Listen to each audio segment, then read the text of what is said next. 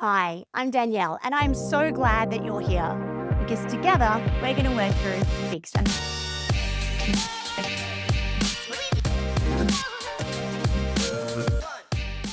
3 years ago, I was lying in my bed, and I am someone who usually jumps out of bed full of beams in the morning, one of those annoying morning people.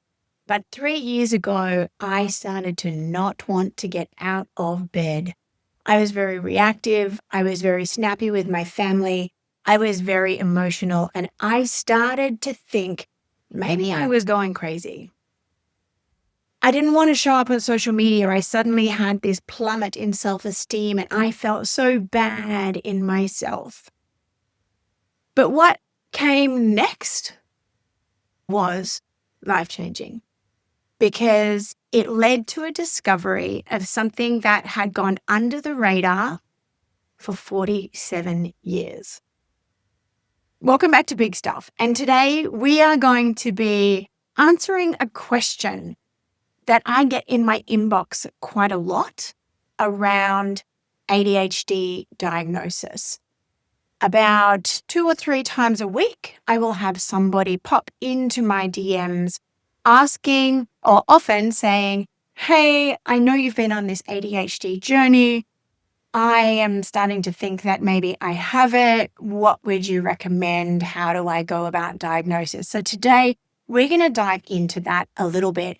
But first, let me share what happened for me, how it really came about that this discovery was made, and what the process of ADHD management has looked like for me, and then also how it is now. I have been perimenopausal for a really long time, but I didn't realize that.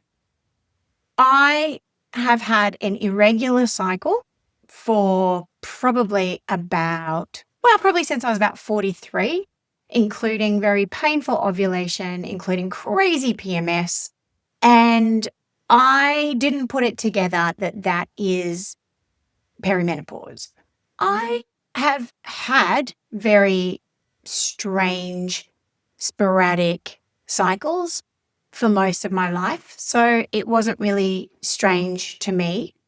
But the reason I'm sharing about PMS in the ADHD episode is because I have since discovered that the hormonal imbalances that come during perimenopause are often a trigger for ADHD, and for women of a certain age, suddenly realizing that something is amiss or they feel like they're going absolutely loopy la la. I knew that hot flushes were a thing. I knew that night sweats were a thing. I knew that forgetfulness was a thing. And I thought that I had an understanding of what perimenopause symptoms were.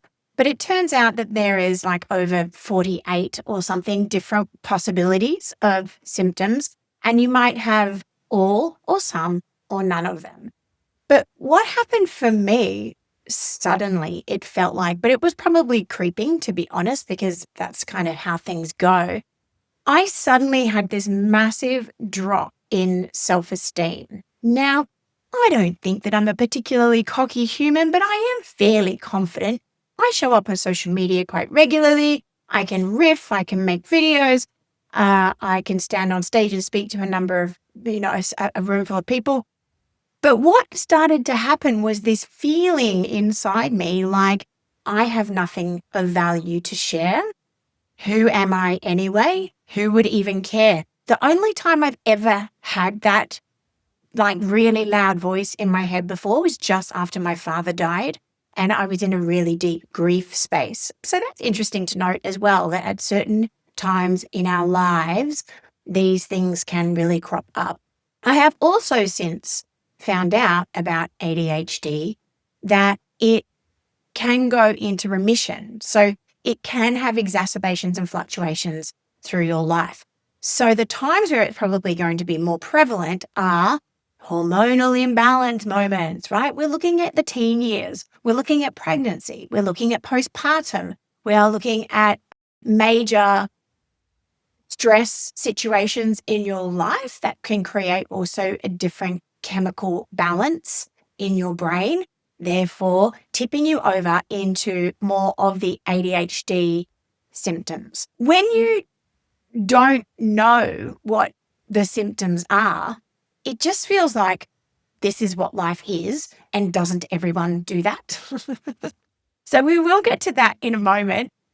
But back to me lying in bed, not wanting to get up, not wanting to be seen, not wanting to share, and also feeling very, very reactive.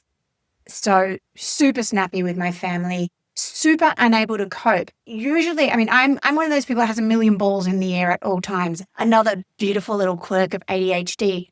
I have a lot of balls in the air, and I'm usually really proficient at juggling them all at once. Of course, there have been a lot of times in my life where that leads to significant burnout. However, it is something that I am good at, right? Multitasking. I became very not good at multitasking. And this time in my life, I had a renovation. I had stuff going on with my mom. I had all the stuff for the kids. I had my own business. I was, juggling a significant amount of things. And it suddenly felt untenable. It suddenly felt unsustainable. I thought I was going to have to quit my business because who am I anyway? My self-esteem was so low. I felt like I couldn't cope. And instead of quitting my business, I actually thought I might just go to the doctor. The doctor I had a chat to. Now, I had started to suspect ADHD. I'd listened to a number of podcasts. As I started to question whether I thought I had ADHD, I actually went to my husband and I said, I think I've got ADHD. And he's like, well, good one, Dr. Google. What have you been looking up? And I said, no, I've been listening to some podcasts. And yes, I have been thinking that isn't that just what life feels like? Isn't that how everybody operates? I think the first one I listened to was Mia Friedman on Mamma Mia, and she was talking about, her executive function issues, such as losing stuff all the time, scraping her car, forgetting appointments, an inability to be super organized. So that is always, my husband used to say to me, he is astounded that I have such a successful business because my systems are they don't exist, basically. My systems are terrible. Have they got any better? No, but Post-it notes. I really love Post-it notes, and now I have people to help me, and I also ask them to remind me of things. So things have gotten a little bit easier now that I have some support. But ultimately, the things that I'm not good at, it doesn't matter how hard I try, how much I beat myself up. I will never get better at those things because my brain just doesn't operate that way. But I assumed that everybody's brains work this way, so much so that when I started down the route of diagnosis for ADHD, I was filling out some online quizzes. Basically, that's where I went first. I was like, well, let me just see. I'll have a look at the online quizzes because I suspect this. I know that they are not scientific necessarily, and they are not scientifically binding. However, they give you an indication. So I started looking at these online tests, and I used my friend, who I considered to be a very successful, very intelligent human. She has a number of degrees. She has a successful business. She's definitely someone who I hold on a pedestal of admiration or aspiration. But as I was going through these questions, I was thinking, well, she does that. Yeah, I do this, but she does that. And so I was surprised then when the answer came back that, yes, it was quite likely that I had ADHD.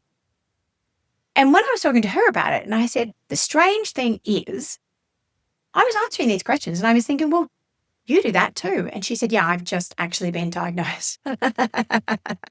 So yeah, my benchmark human was diagnosed also, which is also another interesting thing because I have since discovered that most of the people that I love dearly, dearly, dearly are also neurospicy because birds of a feather flock together.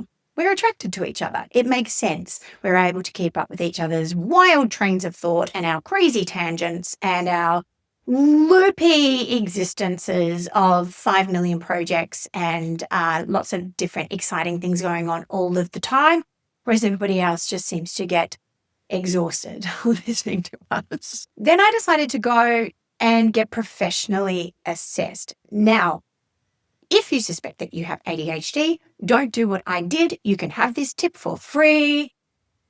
I discovered that there is an incredible wait list to be assessed for ADHD through the psychiatrist route.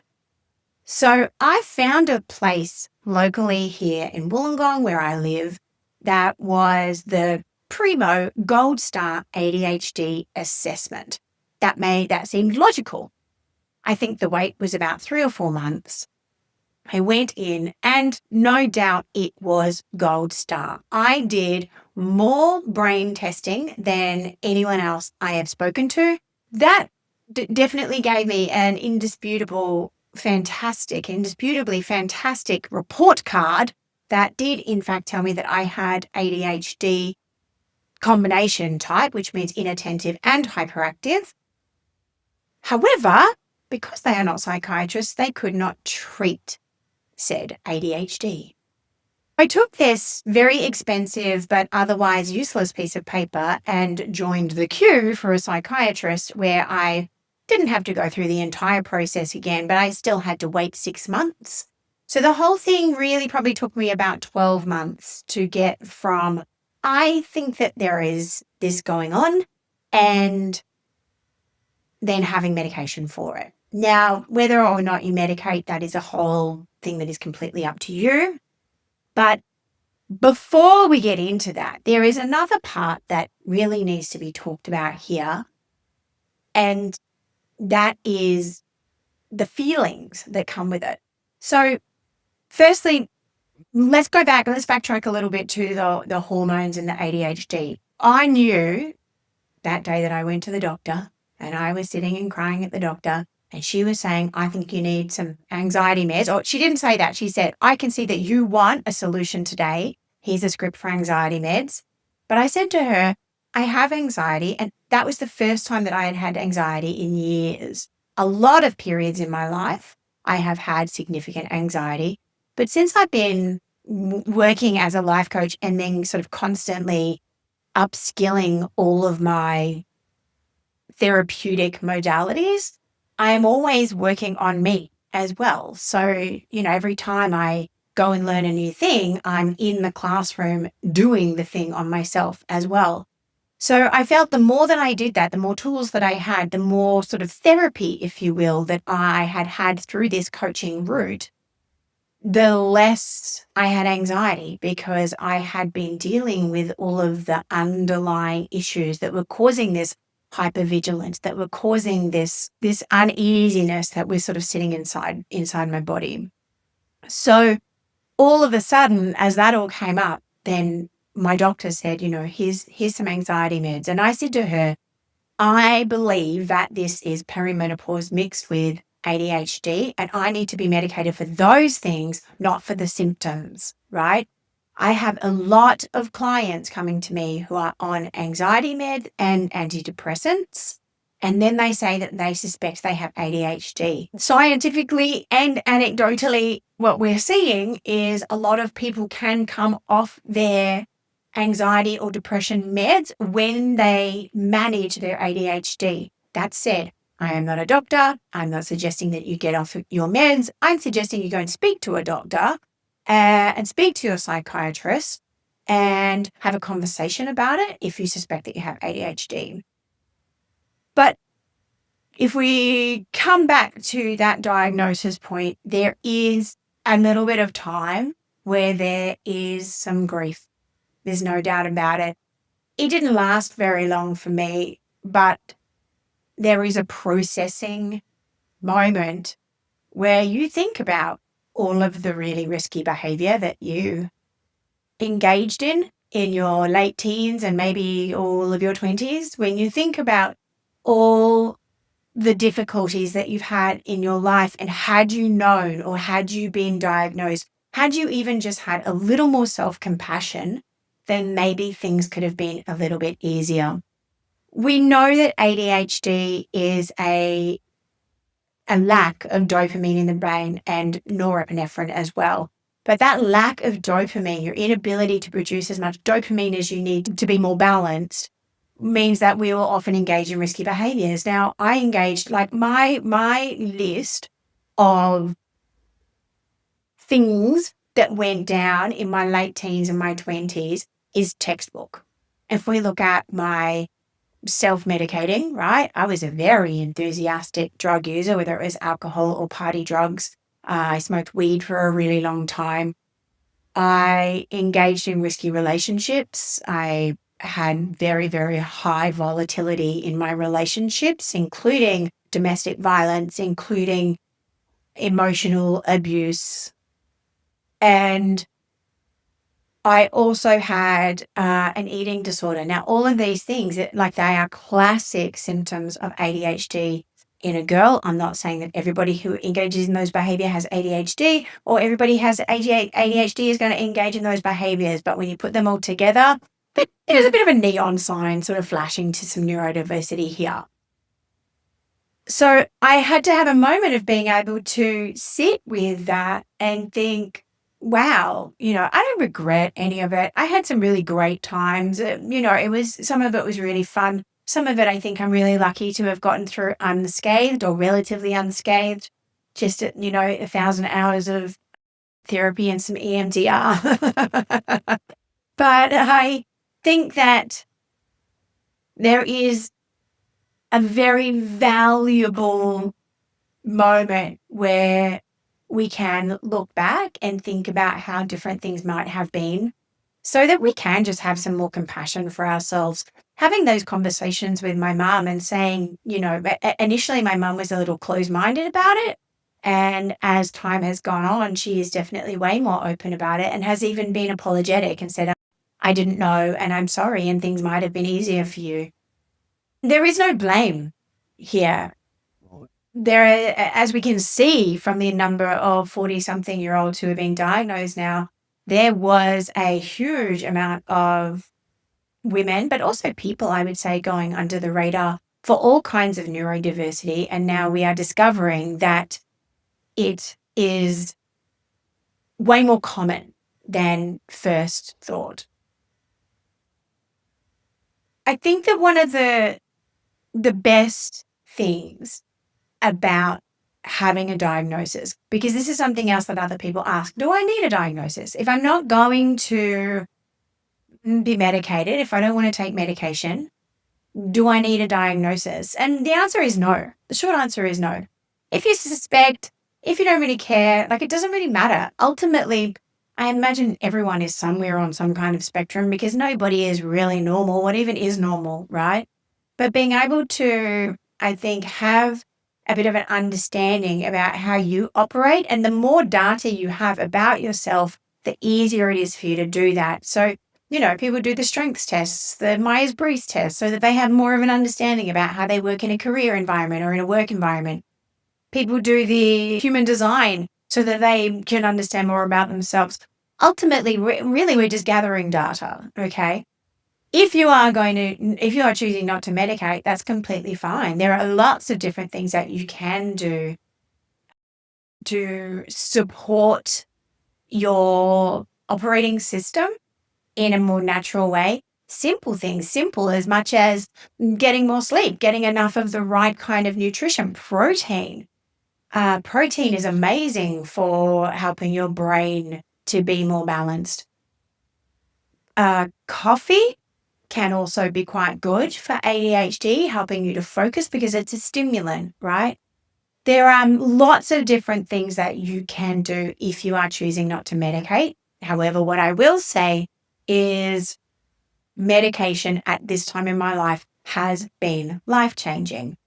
I am more emotionally regulated than I have been in my entire adult life. And what that actually means and what that actually looks like is I don't feel that crazy roller coaster of highs and lows that I used to feel. I don't feel neurotic. That's something that my mother used to say, Danielle, Colley, why are you so neurotic? Right? Well, now we know I don't feel as emotionally out of whack. I used to be very, very moody, emotionally wobbly. I used to be very, very impacted by certain things that now I can take more in my stride. This doesn't mean that it has like wiped away my humanness and I don't feel. It just means that I have a greater sort of control over my emotional landscape. I am not overwhelmed. I used to be overwhelmed all the time. The ADHD meds are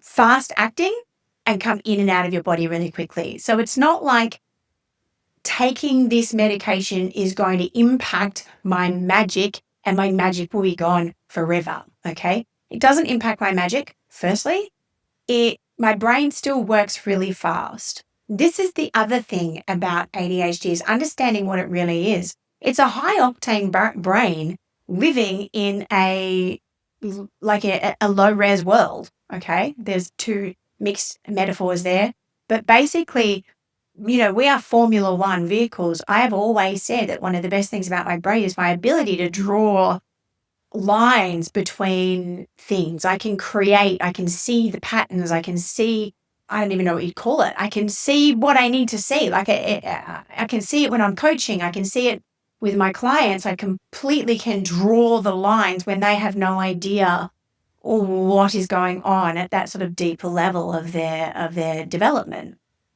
So that still exists. And it is still absolutely available to me even when I'm medicated. It just slows down the other 500 radio stations that are often blaring at the same time, right? I can focus on the one thing that I want to focus on rather than my brain flitting everywhere like a little firefly. This is not, ADHD doesn't get fixed. ADHD doesn't need to be fixed.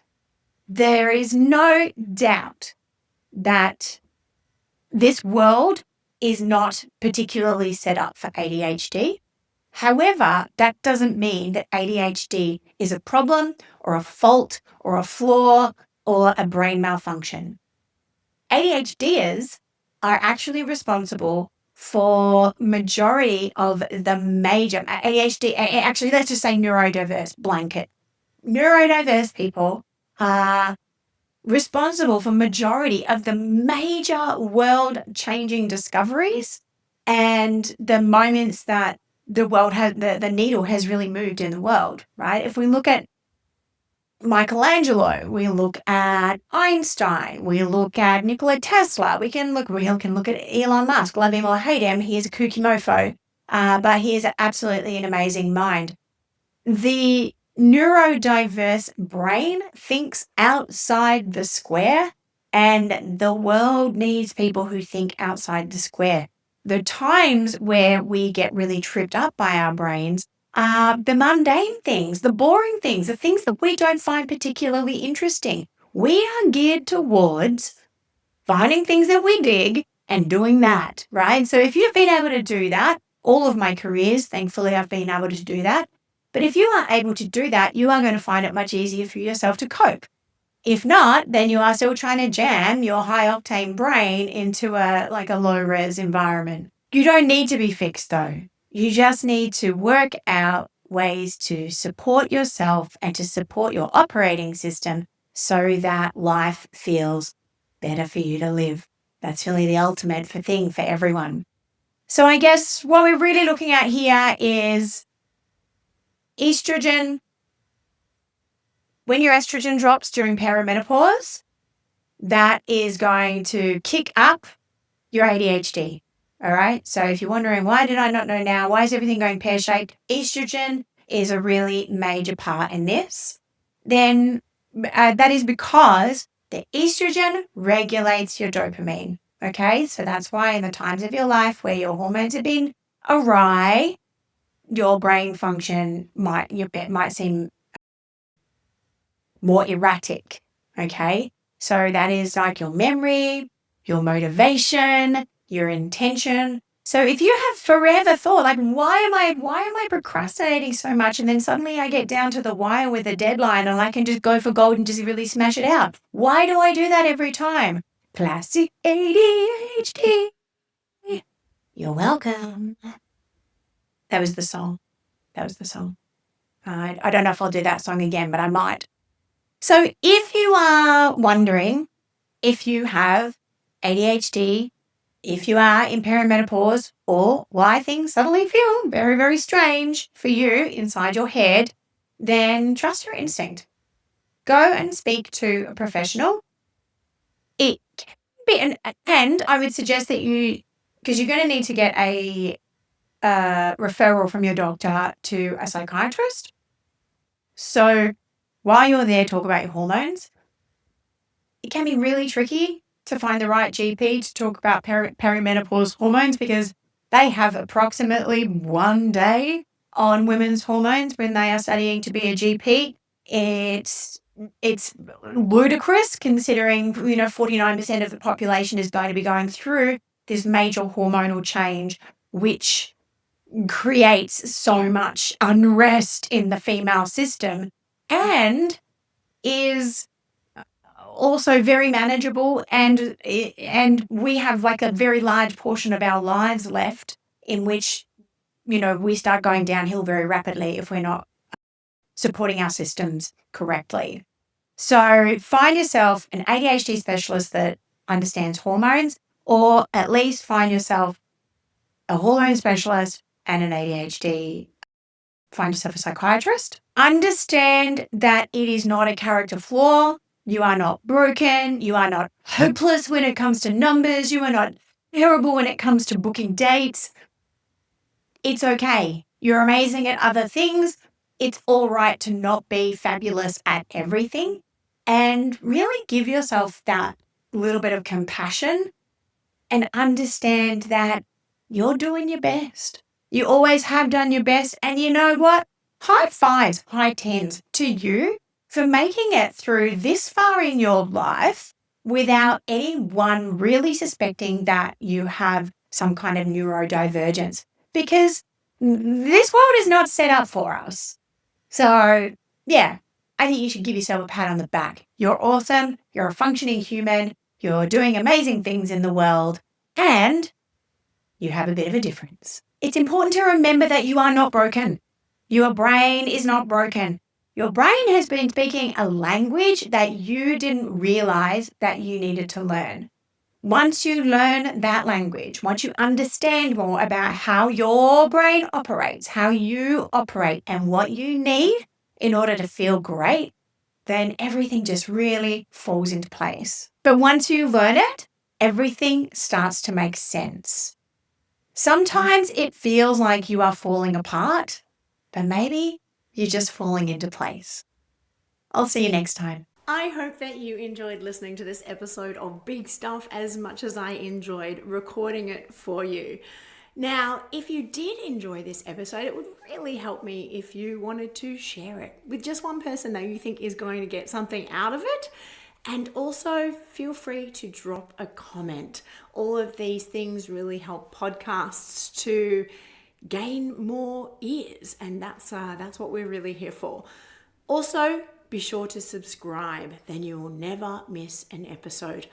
If you want to find out more about me, who I am, what I do, then you can go and check me out at daniellecolley.com.au.